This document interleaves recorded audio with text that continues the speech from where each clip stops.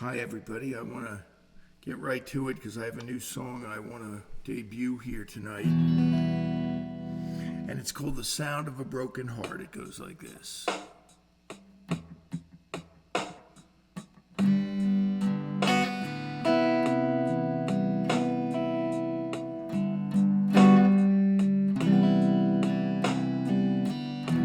I've got a few notes to play on my guitar, yeah.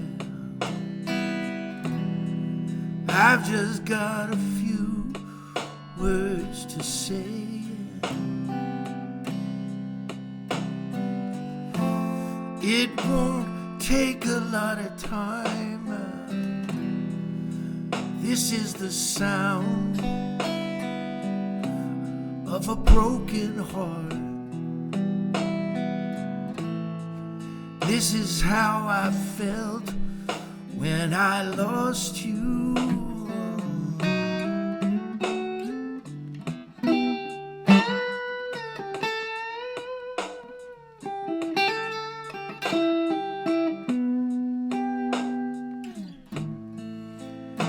This is the sound of my broken heart. I guess that all I have to say now is I'll be alright. I'll move on to the next thing, yeah. It won't take that much time. This is the sound of a broken heart. This is the way I feel about you, yeah.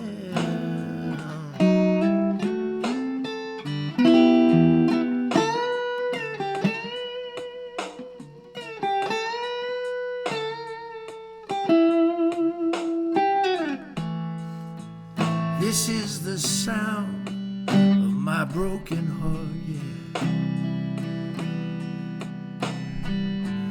I want you to know if you ever need me, you can call me.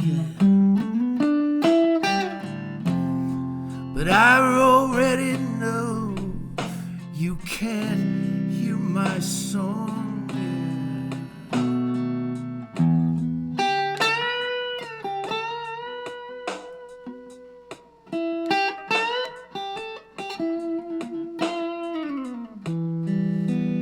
This is the sound of a broken heart. This is the way I feel about you.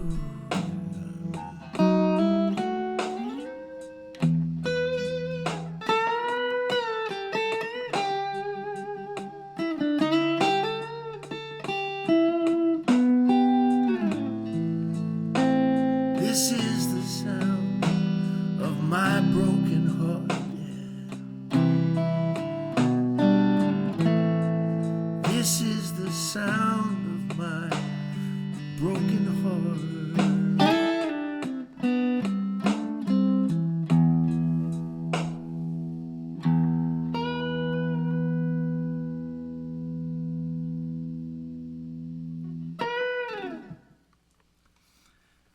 Well, I got through it kind of.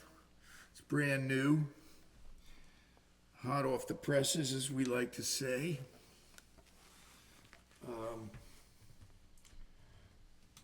In observance of the 250th anniversary of our country and the 4th of July, I'm taping this show on the 5th of July, but I think you'll forgive me, won't you? We can extend this particular celebration a few days, as it's a big one. Now, I've had all kinds of projects, schemes, dreams in my life, and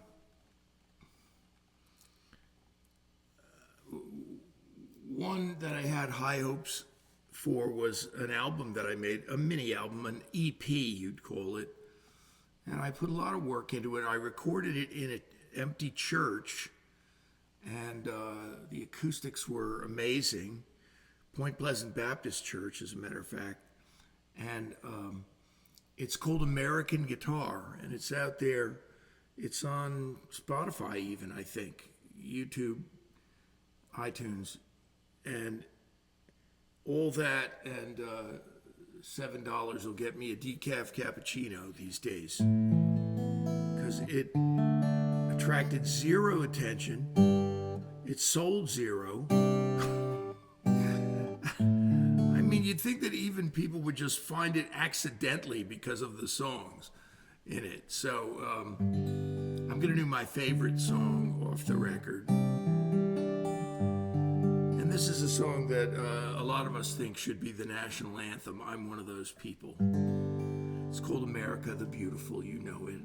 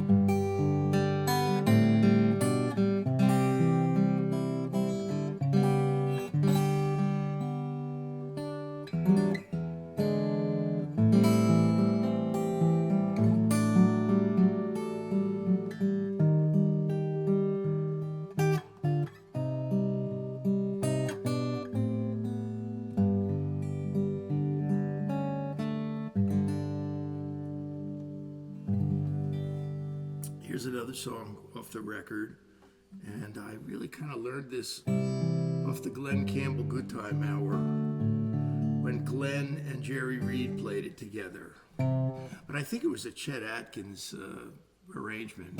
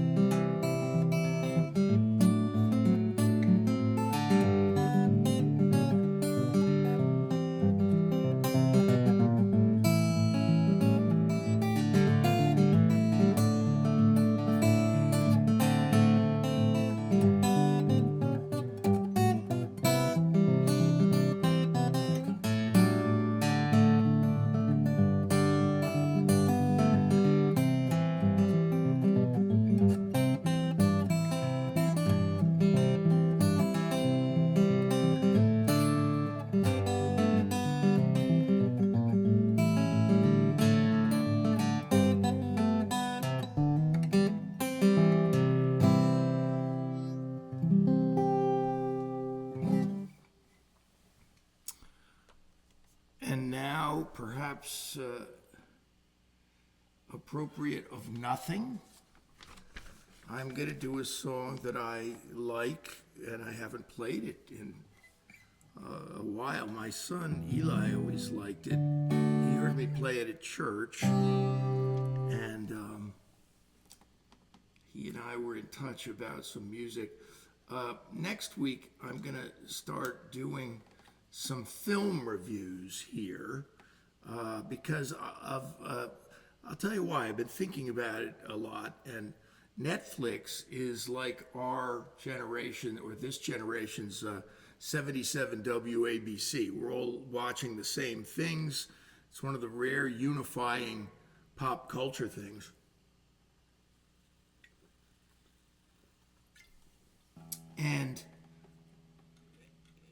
But in a different way, that we were all familiar with the same songs on 77 WABC back in the 60s, but it's impossible to keep up with everything on Netflix. And there's a lot of great small independent films, foreign language films. I found a great Icelandic film, of all things, called Little Siberia. I never thought I'd be going for that. And also, I usually go by the IMDb ratings, and I almost never like anything that's 6 or under. And to really be safe, you want a film to be rated 7 or over. But this Icelandic film, Little Siberia, was in the 5s, and I took a chance on it anyway, and people said, well, it was just confusing to people. There's so many things going on in it. It's a love story. It's a philosophical thing. It's a science fiction thing where a meteorite falls on a town up north in the snowy north. And it's a love story and a murder mystery. So it's all these things. And I thought it was just done really well, and they did a good job bringing it all together. But that's one I tell you about. The movie that came out yesterday on Netflix, Old Henry, is a great old-fashioned genre, the great old Western, but it's a Western that never could have been made in the old days because there's much more realistic violence in it, to tell you the truth. And it's got a really interesting plot, some great acting. And then I found out that my friends, Mike, Kathy, and Alan, were produced by a man named Kyle Lenning down in Nashville for RCA Records. And his son, Jordan, wrote the music for this. So he was just a little kid when they knew him. And now he's 40-something, 42, and he wrote some great music for this movie. But the movie is rated above 7. It was a 7.3, and it's a really great old-fashioned Western. So there are my 2 reviews for the evening. I'll do more next show. And this goes like this. This song is called The Morning of the Second Day. The king we had hoped for is now sealed in the tomb. Yeah.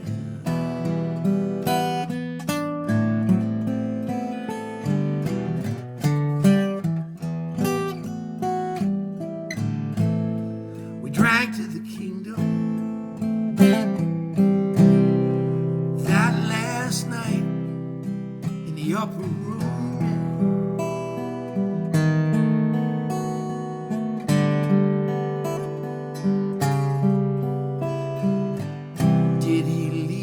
Astray. It's the morning of the second day.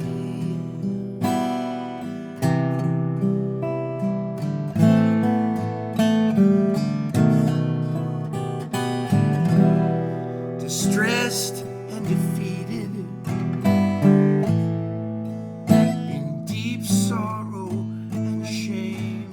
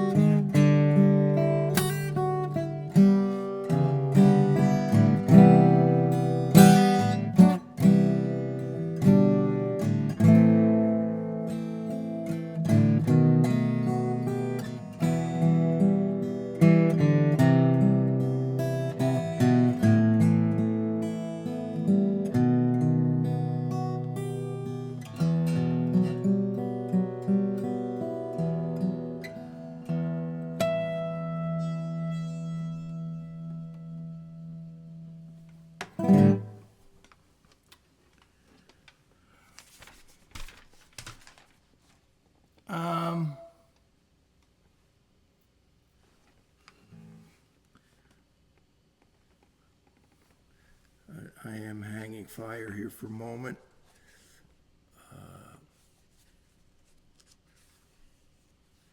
I have a couple of half-finished songs, and, you know,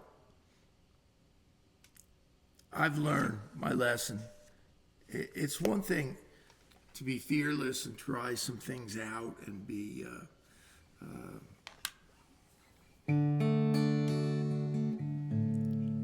loose enough to do that. I'm okay with that. And I've done it here on the show. But I've also had some bad experiences where I felt like I played a couple of songs prematurely and they were just a complete train wreck. I had trouble with the guitar, with the lyrics, with the chords, and so you never get a good read on things that way. Suffice it to say, I'm going to polish some of these up, and they'll be ready by Friday. I got a couple of new songs, and I also want to do one of my most recent songs that my friend Bob mentioned to me. It was the one I closed with last week when I lost my faith, I think is the name of it. And so now Eli and I were talking about this album that was made for the Fast Folk Group. And that was a group that was started in New York City by Jack Hardy, a great guy. And I think he died from the accumulated diseases that you could get after 9/11, where he breathed in asbestos. He lived downtown there. And in the Fast Folk Group, and by the way, all the Fast Folk albums that were made came with a magazine. A lot of songwriters, including Suzanne Vega, John Gorka, others, were on those albums in their earliest days.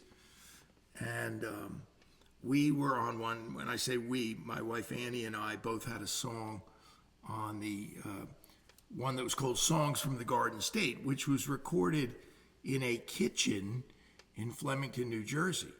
And on that auspicious occasion, the great Richard Shindell was there, and he recorded his summer song, which I call the greatest summer song post-60s. It's called A Summer Wind in a Cotton Dress. He was playing this great instrument called a citern, and everybody was asking about it. I told Eli that Shindell's folky cred went up 100 points when I saw him actually pick up a sandwich off the floor and eat it. I said, this is a true folk singer, ladies and gentlemen. It was in a piece of paper, but we were all like, Richard, are you really going to eat that?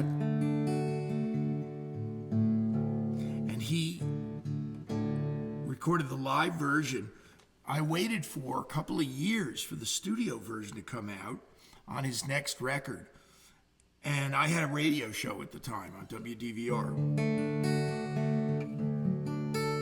And I did not like it when it came out. Suffice it to say, I won't belabor it too much, but the live version in Jeff Torrella's kitchen was 100 times better. And the other one was overproduced to the max. And you know what I'm saying? How many times nowadays, you know, YouTube is a reflection of that, is that people really want to see people play their songs live, like I'm doing here now. And not just hear the recording. And a lot of people now are pretty familiar with studio tricks. So I went first that night. You get one take in the Fast Folk Group, hence cometh the name, and I volunteered, and I went first and did my song before the engineers were even really set up to record it. And so it had some sound anomalies, but I got through it all right. But it's not a very good version of this song. I've recorded this song 2 more times since then. It's the first impressionistic song I ever wrote that worked. I tried impressionism on other occasions, but it never did work. But this one did, and I'll let you be the judge, and then I'll sign off for the evening. So this is on the album Fast Folk, Songs from the Garden State. It's the opening cut. No, it might not be the opening cut, but I was the opening act in a way, and it's called I Saw Marie at the Fair. Did I say that already?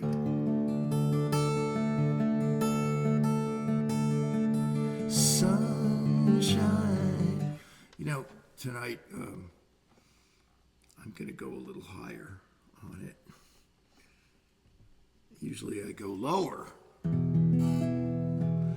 I heard James Taylor on Howard Stern once, and he did everything with his capo off because he was like, I can't sing this early in the morning. So believe me, people do use the capo.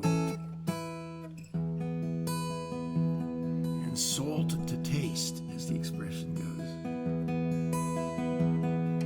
Sunshine, slow clock, key chain, cobblestone street, June sky, twilight, I saw Marie at the fair. Red hair, emerald green, key chain, 50 balloons, London voices and smoke, I saw Marie at the fair.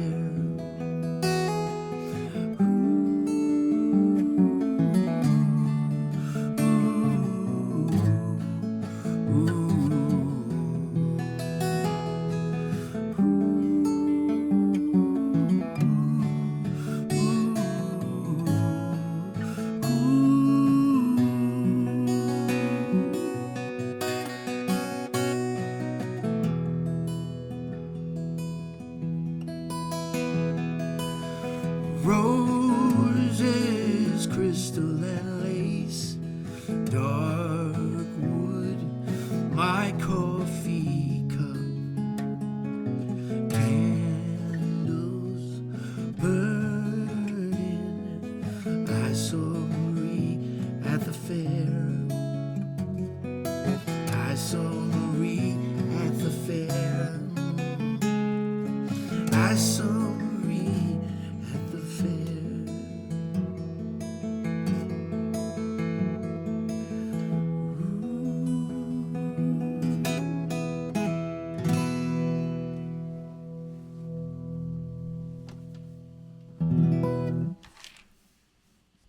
Thanks for listening. Thanks for your support of the show. And I will hope to see you soon. Have a good one.